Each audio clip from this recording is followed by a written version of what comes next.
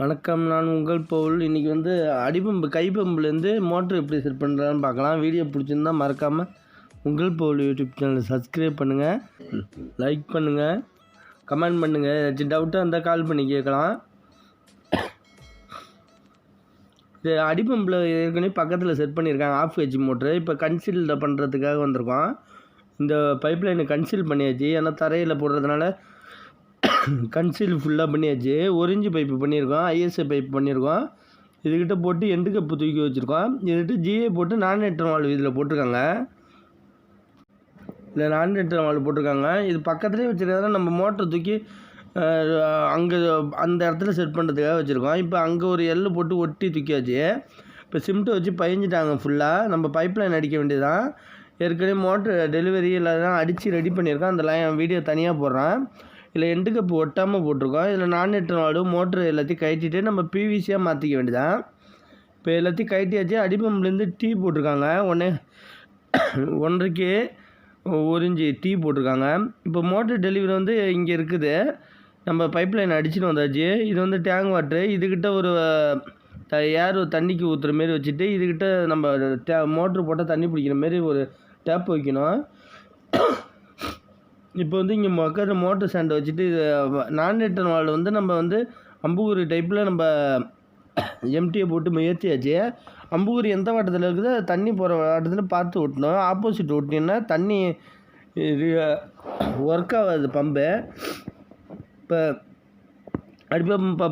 Pump பக்கத்தில் நம்ம வந்து பைப் லைன் தூக்கணும். 1 இன்ச்சு பைப்பை வந்து நம்ம அறுத்து அதுக்காக வால்வுக்காக செட் பண்ணுறோம். சால்வெண்ட் இதுக்கு லீக்கேஜ் ஒரு ஊசி அளவு லீக்கேஜ் இருந்தால் கூட சரியாக மோட்ரு எடுக்காது இதில்.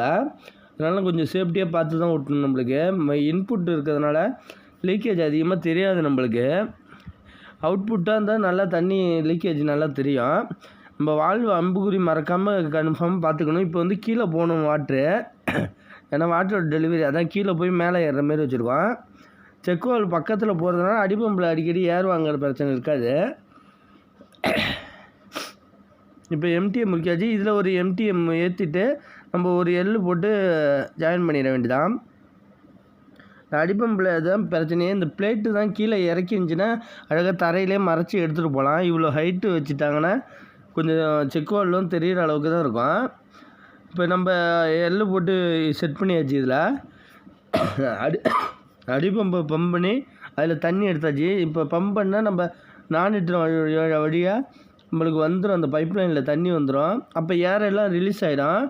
இப்போ மோட்ரு வந்து அந்த சேண்டில் செட் பண்ணிவிட்டு நம்ம எப்பயும் போல் 8mm பாசனை வச்சு அடித்து முறுக்கிட்டு அதில் சேண்டில் நம்ம மோட்ரு செட் பண்ணிட வேண்டியதான்.